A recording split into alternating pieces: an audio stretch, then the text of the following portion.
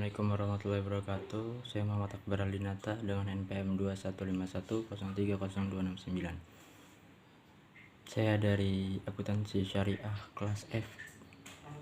Saya akan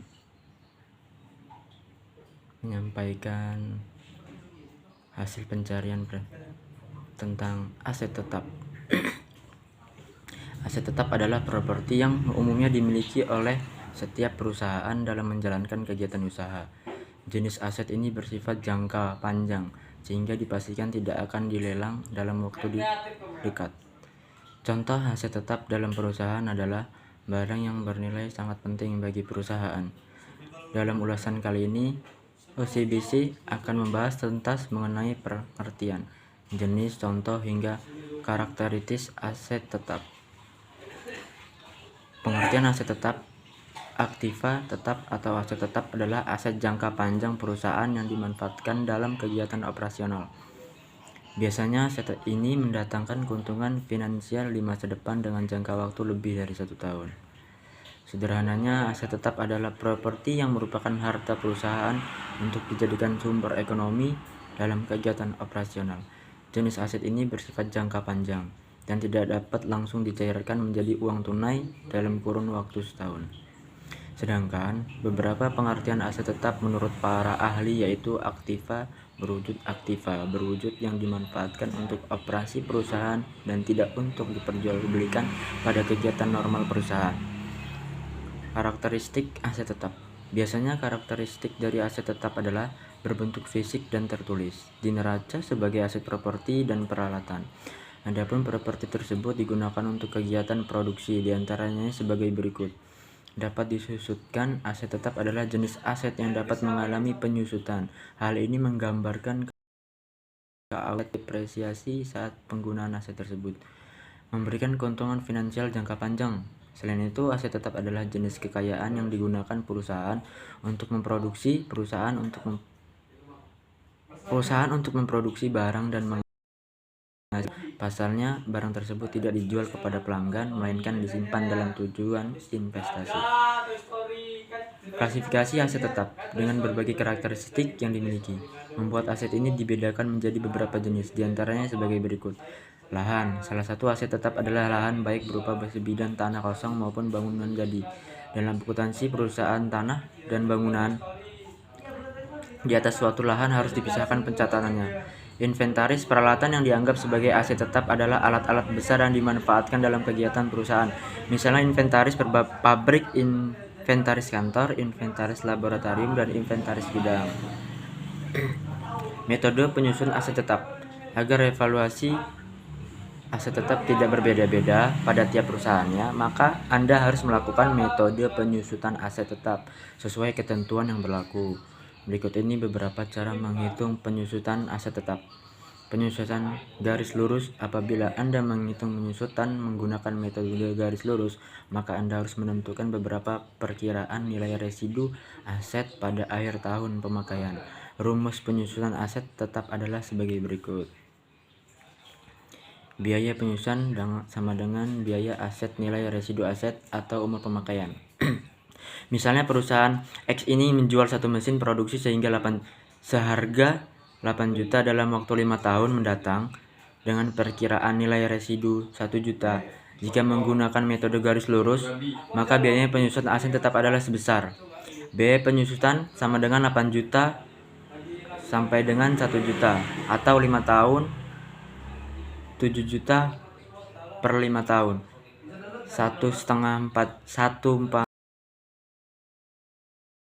sama dengan per tahun.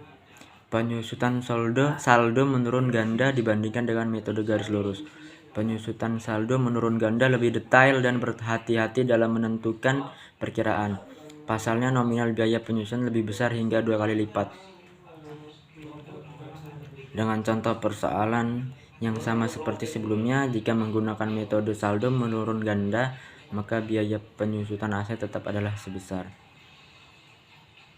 total nilai residu sama dengan 8 juta dikurang 7 juta,37 sama dengan 622.000. Berdasarkan metode saldo menurun ganda, Dalam waktu 5 tahun mendatang, mesin produksi pada perusahaan A dapat dijual dengan harga 622.000 saja. Penyusutan saldo menurun tunggal meskipun dilakukan dengan penuh hati-hati, metode saldo menurun ganda kerap tidak sesuai ekspektasi. Maka dari itu, sebagai opsi kedua, Anda dapat menerapkan metode penyusutan saldo menurun tunggal dengan rumus sebagai berikut. Biaya penyusutan sama dengan biaya aset depresi tunggal. Dengan ilustrasi contoh persoalan yang sama seperti sebelumnya, jika menggunakan metode saldo menurun tunggal, maka biaya penyusutan aset tetap adalah sebesar total nilai residu sama dengan 8 juta dikurang 5,67 juta sama dengan 2,3 juta. Dengan sebegitu, mesin produksi pada perusahaan X dapat dijual dengan harga 2,3 juta karena telah membeli perkiraan nilai residu sebesar 1 juta. Penyusutan jumlah angka tahun selanjutnya, cara perhitungan aset tetap adalah metode penyusutan jumlah angka tahun. Adapun metode ini dapat dihitung menggunakan rumus sebagai berikut. Biaya penyusutan sama dengan umur pemakaian X biaya aset kurang nilai residu atau jumlah angka tahun. Dengan ilustrasi contoh persoalan yang sama seperti sebelumnya, jika menggunakan jumlah angka tahun, maka perbolehkan biaya penyusutan sebesar. Jika perusahaan X ingin beri perkiraan nilai residu saat dijual adalah 1 juta, maka jumlah biaya depresiasi harus berada pada jangka 7 juta. Penyusutan satuan hasil produksi Anda dapat mengetahui perkiraan nilai depresi berdasarkan total barang yang diproduksi. Adapun rumus perhitungannya adalah sebagai berikut. Biaya penyusutan jumlah produksi total produksi usia ekonomi X biaya hasil nilai residu. Misalnya perusahaan X akan menjadi satu mesin produksi seharga 8 juta, maka 1000 kali berkapasitas produksinya. Dengan perkiraan nilai residu 1 juta, jika menggunakan metode satuan hasil produksi, maka biaya penyusutan yang diperoleh sebesar 1 juta. Jika perusahaan X ingin mendapatkan nilai residu 1 juta, maka total biaya depresi haruslah berada di angka 7 juta. Perolehan aset tetap. Aset tetap bisa diperoleh dengan cara mulai dari pembelian aset, sistem barter, surat berharga, hingga donasi.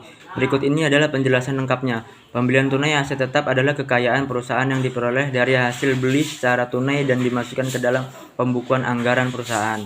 Adapun anggaran tersebut berupa total pengeluaran agar aset dipakai. Ditukar dengan surat-surat berharga. Salah satu cara perolehan aset tetap adalah melalui pertukaran surat berharga. Nantinya akan dimasukkan ke dalam pembukuan sesuai dengan harga pasar saham. Nilai pertukaran ini berguna untuk menjadi dasar pencatatan pendapatan aset tetap. Contoh aset tetap. Aset tetap dalam suatu perusahaan dengan perusahaan lainnya tentu berbeda sesuai dengan kebijakan masing. Namun umumnya yang menjadi aset tetap adalah tanah bangunan, mesin produksi, gedung perkantoran, mobil, perangkat komputer, hingga alat dan mesin produksi.